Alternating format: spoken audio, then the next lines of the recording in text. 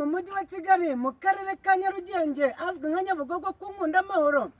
atagaragaye umugabo w'imyaka 38 uwagiye gukina ikigabarezi dore yuko cyamuriye miliyoni 5 wabo bari bamuhaye ngo yijyane kuri banki nyamara kisanga umuzungu yamuriye dore yuko yafashe icyemezo cyo kwikura ku isi y'abazima akiyahura mu nkuru babaje abaturage bavuze yuko mu muco nyarwanda umuturage atakagombye kwiyahura bitewe nuko bamwe barimo kwiyahura bitewe n'ubuzima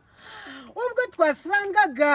abasore n'inkumi twasanze azwi nk'ikarama ku mataje twasanze umusore wambaye karuvati ndetse n'ishati y'umukara n'itiriningi